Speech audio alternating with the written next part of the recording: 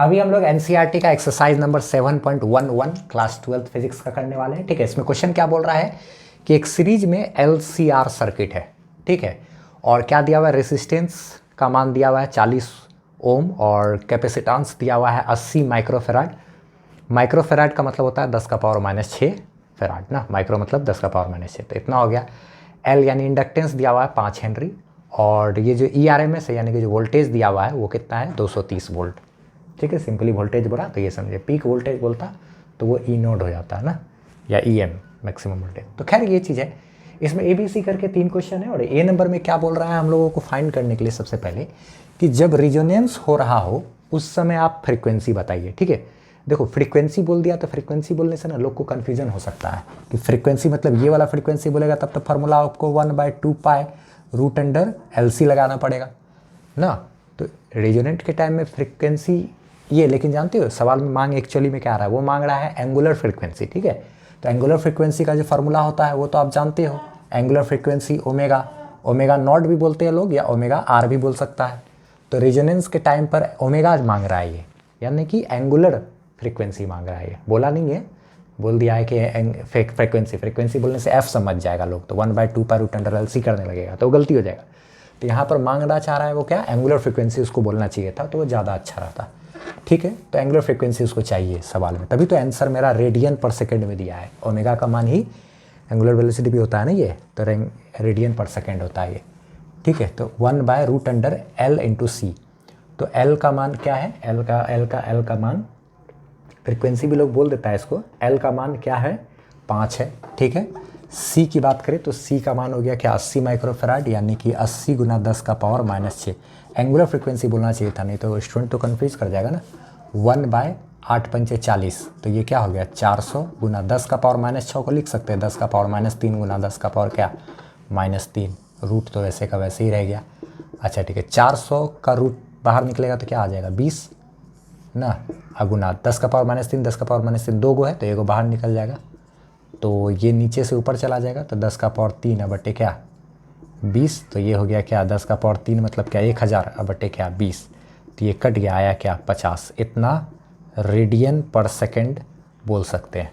ठीक है, तो रेडियन पर सेकेंड ओमेगा यानी एंगुलर वेलोसिटी है ना, ओमेगा एंगुलर वेलोसिटी होता था इसी जनरेटर में, आपने देखा था वही सर चला आ रहा है, उसी को एंगुलर फ्रिक्वेंसी भी लोग बोल देते हैं। और ये मेरा होता कितना है रेडियन पर सेकेंड, इसको बोलना चाहिए था एंगुलर फ्रिक्वेंसी। ठीक है, गलत किया कि सिर्फ फ्रिक्वेंसी बोला, लोग कंफ्यूज कर जाएगा, F निकालने लगेगा तो 1/2π√L गलत कर देगा उसको, तो फिर गलत बात है नहीं।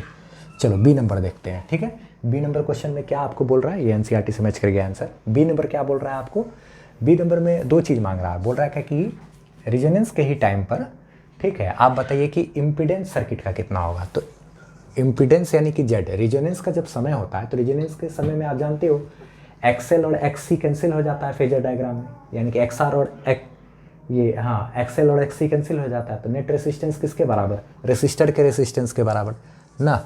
इधर का XL और XC कैंसिल आउट हो जाता है, तो नेट रेसिस्टेंस यानी इम्पीडेंस किसके बराबर, XR के बराबर ना।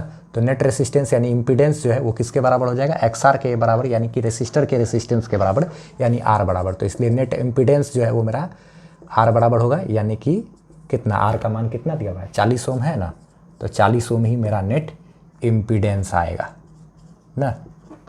ठीक है, और इम्पीडेंस अभी सर्किट का इम्पीडेंस मिनिमम रहता है रेजोनेंस के टाइम में, तो एक इम्पीडेंस बोला तो ये आंसर एक निकाल लिए।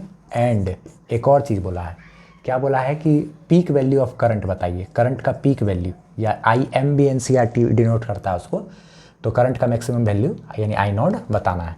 तो चूंकि एक बात है, हमारे पास ERMS यानी कि जो एवरेज वोल्टेज था वो दिया हुआ है। ठीक है, तो ERMS दिया हुआ है तो हम लोग एक बात जानते हैं, पहले IRMS निकाल लेते हैं। IRMS बराबर क्या होता है, ERMS बटे क्या सर्किट का नेट रेसिस्टेंस यानी कि इम्पीडेंस, तो IRMS बराबर ERMS मेरा कितना है 230 है, तो 230 बटे इम्पीडेंस कितना अभी निकाले नेट सर्किट का 40 निकाले, तो ये क्या कहते हैं, ये 0 कैंसिल, 23/4 आ जाएगा 5.75।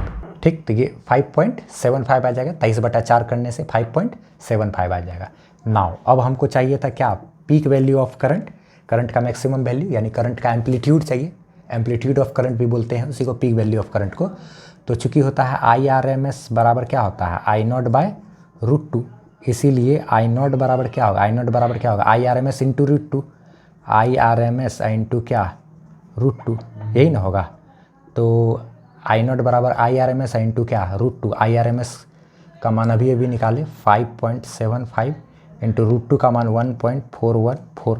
अब आप इसको और इसको मल्टीप्लाई करोगे, जैसे इसको मल्टीप्लाई करोगे तो ये आ जाएगा आपका 8.1305। ठीक है, NCERT इसी को 8.1 भी लिख दिया है। तो इतना मेरा क्या हो जाएगा, इतना एम्पियर क्या कर दिए आंसर। ठीक है, तो ये चीज़ हम लोग कैलकुलेट कर दिए, इम्पीडेंस इतना और एम्पलीट्यूड ऑफ करंट कितना, इतना आंसर हो गया। अब हम लोग आगे बात करते हैं। इसी में सी नंबर भी एक क्वेश्चन है।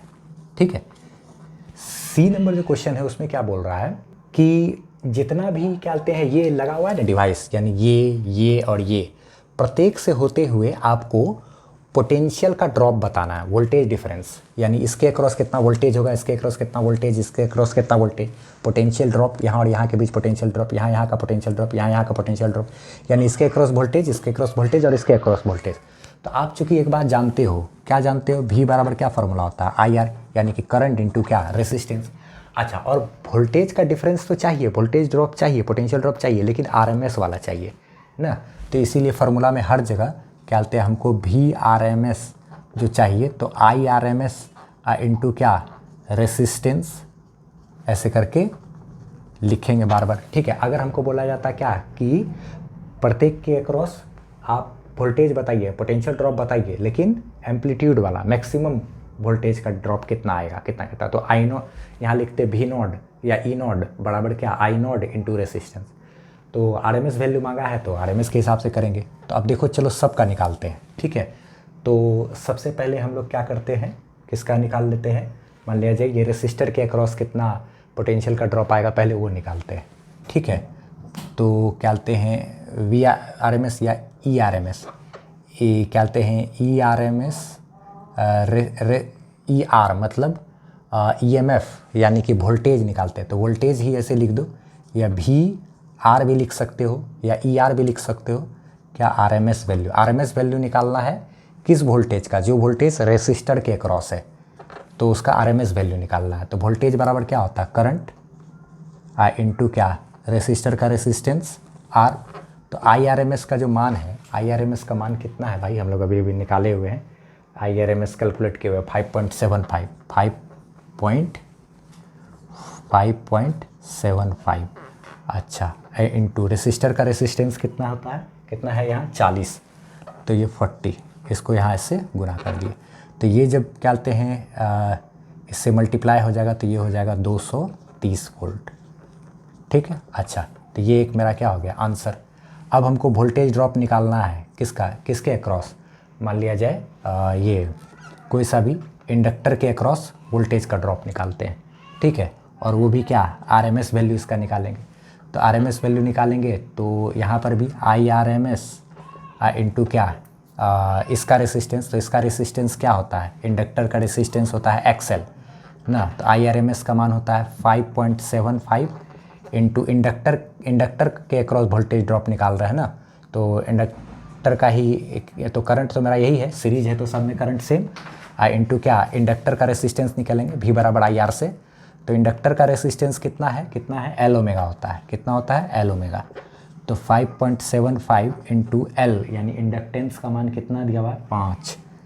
ठीक है, इंटू ओमेगा का बात करें अगर, तो ओमेगा तो रेजोनेंस का ही टाइम चल रहा है ना, तो ये 50 है। ठीक है, तो ये मेरा कितना हो गया 50।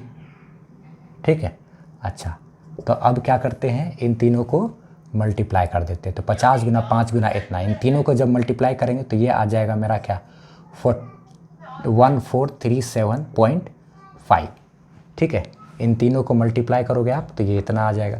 तो ये इतना वोल्ट मेरा क्या हो गया आंसर। ठीक है, ये किसके अक्रॉस वोल्टेज आया, इंडक्टर के अक्रॉस। ठीक है, अब हम लोग क्या करते हैं, आखिरी नंबर पे बात करते हैं, वोल्टेज कैपेसिटर के अक्रॉस वोल्टेज ड्रॉप निकालना है और उसका क्या RMS वैल्यू। ठीक है, तो करंट का RMS वैल्यू इंटू क्या XC, यानी कैपेसिटर के अक्रॉस जो रेसिस्टेंस होगा वो डालेंगे। तो IRMS का वैल्यू तो हम लोग को पता ही है, IRMS 5.75 इंटू XC की बात करें तो एक्स सी यानी कि क्या होता है, एक्स सी का मान होता है 1/ωc ना। तो क्या कहते हैं 5.75 डिवाइडेड बाय क्या, ओमेगा सी। तो 5.75 डिवाइडेड बाय ओमेगा का मान कितना है, 50 है। तो ओमेगा का मान हो गया यहाँ 50 गुना सी की बात करें अगर, तो सी का मान कितना है 80 गुना 10 का पावर -6, 80 गुना 10 का पावर क्या -6। ये भी जब कैलकुलेट करोगे तो सेम इतना ही आएगा क्योंकि रेजोनेंस का टाइम पर VL और VC बराबर होता है इसीलिए। तो खैर ये नीचे से इसको ऊपर भेज देते हैं। तो जैसे ही ये वाला टर्म मेरा कहाँ नीचे से ऊपर चला जाएगा तो 5.75 इंटू 10⁻⁶ क्या 6 डिवाइडेड बाय 8 पंचे 40, 8 पंचे 40, 0 0 0 0।